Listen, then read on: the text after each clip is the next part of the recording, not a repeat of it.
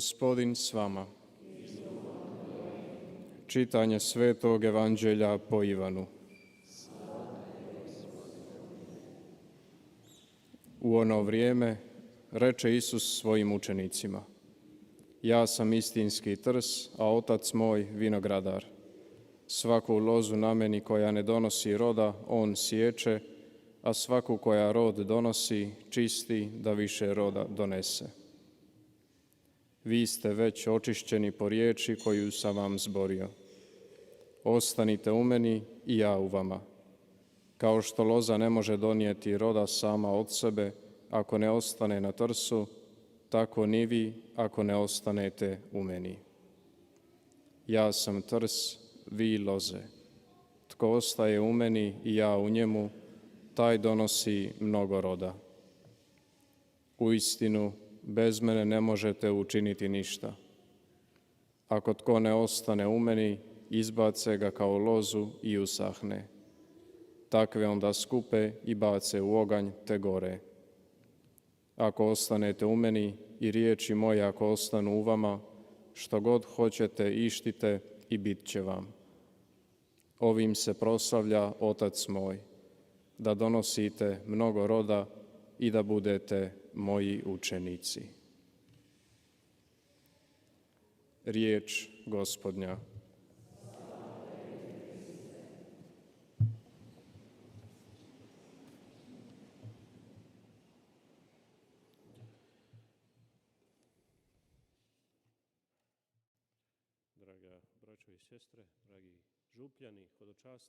사랑하는 형제자매 여러분, 사랑하는 본당 신자 여러분과 순례자 여러분, 이 자리에 계시는 여러분들과 또 매스미디어를 통해서 이 미사야에 참여하고 계시는 전 세계 모든 신자 여러분, 진심으로 여러분 모두를 환영합니다. 예수님의 멋진 이 놀라운 비유 말씀을 드리기 전에 먼저 오늘 복음 말씀, 그 복음 말씀을 통해서 예수님께서는 삶에 대한 가르침을 하고 계시는데 매우 중요합니다. 그것은 일독서에서부터 시작이 됩니다. 사도행전에서부터 시작되는데 말씀과 유혹입니다. 제자들은 혼란에 빠져 있었습니다. 바오로가 누군지 몰랐습니다. 즉 사울이 누구인지도 모르고 어느 편에 속해 있는지도 알 수가 없었습니다. 우리 모두가 잘 알고 있는 것은 현대를 살아가면서 세상 곳곳은 혼란, 완전한 혼란에 쌓여 있습니다. 카오스입니다. 우리 시대에 겪을 수 있는 이 카오스, 심지어는 신자들조차도 도대체 어떻게 해야 하는지, 어떻게 처신해야 하는지 모르고 있습니다. 날마다 우리는 이 두려움에 전염되고 있고 이 두려움이 확산되고 있습니다. 이것은 극명하게 우리도 육안으로 확인할 수 있습니다. 어떤 사람들은 굉장히 어려운 상황에 빠져 있고 왜 이런 일들이 일어나고 있을까? 왜 하필이면 내가 사는 세대에 왜 내 인생에 이런 일이 일어나는 것일까? 도대체 언제 이 일이 끝날 것일까? 등등입니다. 우리 신자들은 이런 두려움의 길을 걷지 말아야 합니다. 카오스, 혼란, 무질서, 방향을 잃은 길로 가지 말아야 합니다. 왜냐하면 예수님께서는 분명히 우리들에게 걸어가야 할 길을 알려주셨고 생각해야 할 것이 무엇인지 알려주셨습니다. 그것은 마테오 복음 10장에서도 드러나고 있습니다. 또 제2독서에서 방금 들은 것처럼 하느님은 우리들의 마음보다 훨씬 더 크시고 우리들의 모든 것을 다 알고 계시고 우리 주변의 모든 것을 알고 계십니다. 그분께서 다 이미 감지하고 계십니다. 그렇기 때문에 우리가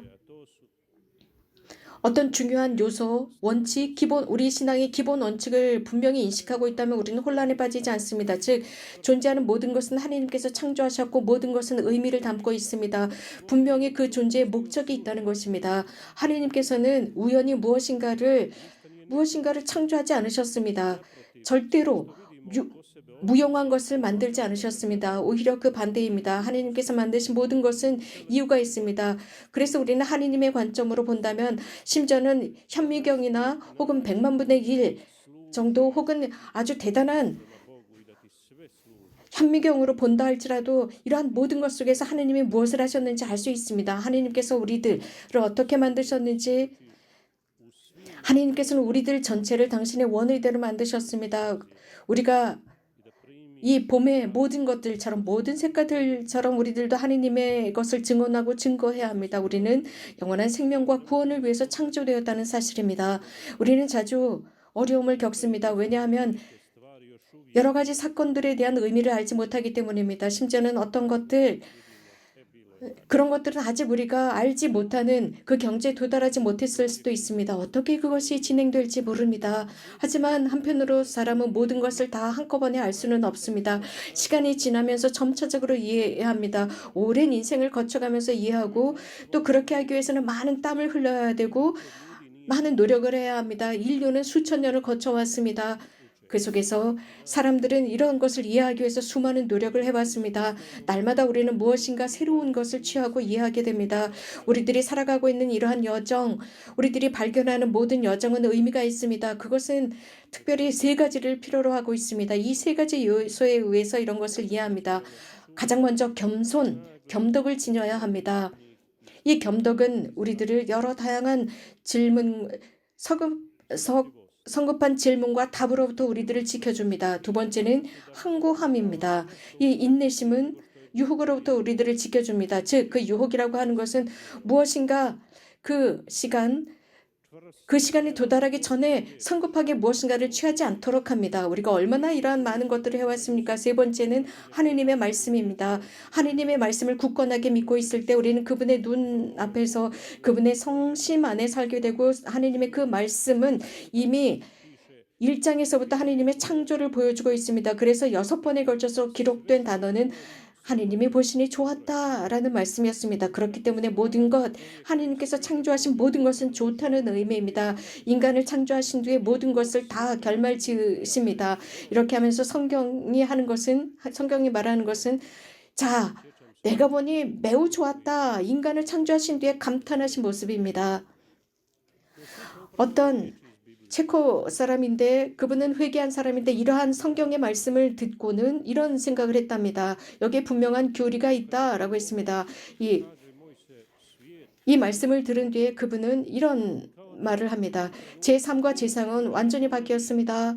그 순간 정말 하나님께서 저에게 내 삶도 의미가 있다. 네 삶이 참 좋다. 내가 보니 매우 좋다. 네 삶은 목적이 있다. 라고 하시는 것 같았습니다. 그래서 저는 그때부터 행복하게 살기 시작했습니다.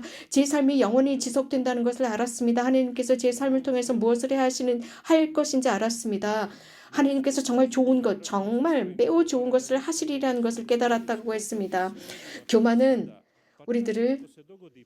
우리가 모든 것을 다 아는 백과사전처럼 여기게 만듭니다. 심지어는 고통조차도 아는 것처럼 만듭니다. 그러나 여기에는 분명한 것이 있습니다.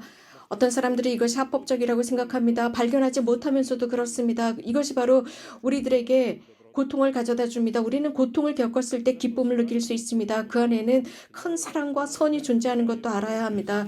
우리들의 모든 관심은 하느님의 아들께서 우리들을 위해서 당신을 내어주셨다는 것입니다. 우리들의 영혼과 육신을 위해서 말입니다.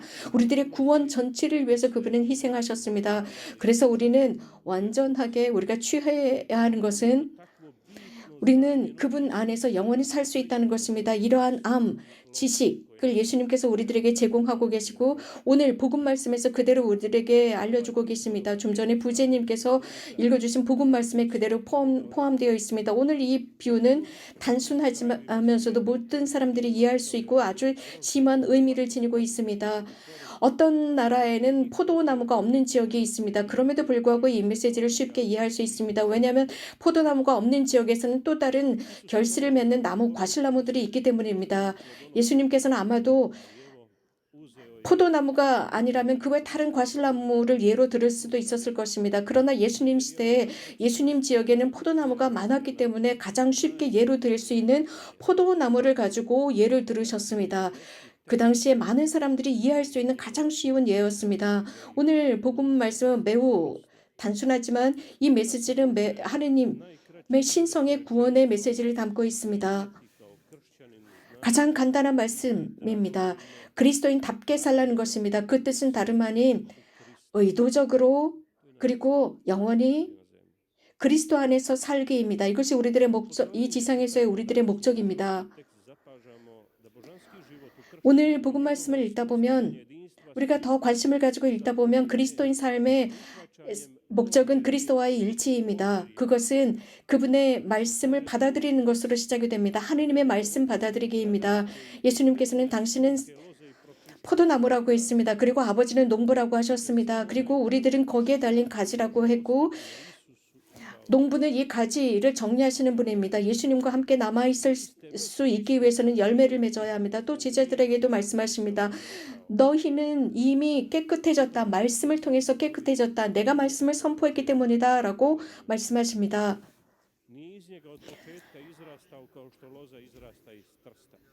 그리스도 안에서 살지 못했던 사람들, 그리스도를 몰랐던 사람들, 그래서 그 나무가지가 되지 못한 사람들, 하지만 세례 성사를 통해서 포도나무가지가 됩니다. 의지적으로 그리스도인이 됩니다. 그리스도 안에서 모든 삶, 자신의 삶을 바치면서 살았던 사람들, 이런 사람들도 포도나무 가지입니다. 혹은 태어나면서부터 모태에서부터 신앙인이었던 사람들, 그들은 예수 그리스도의 죽음과 부활을 통해서 이 죄로부터 정화되었고, 즉 어릴 때부터 세례를 받았습니다. 하지만 이 아담의 죄로부터 완전하게 우리가 해방되는 것은 아닙니다. 물론 세례성사는 예수님께서 우리들에게 주신 것으로서 우리들의 죄를 사하고 새롭게 태어나게 합니다. 하지만 이것으로 충분하지 못합니다. 우리들의 영혼은 여전히 죄가 발생하기 때문입니다. 죄는 어떤 식으로든 그리스도로부터 우리들을 분리해 놓습니다. 그렇기 때문에 우리에게는 특별한 성사가 필요합니다. 고해성사, 화해성사이고 더불어서 하느님의 말씀입니다.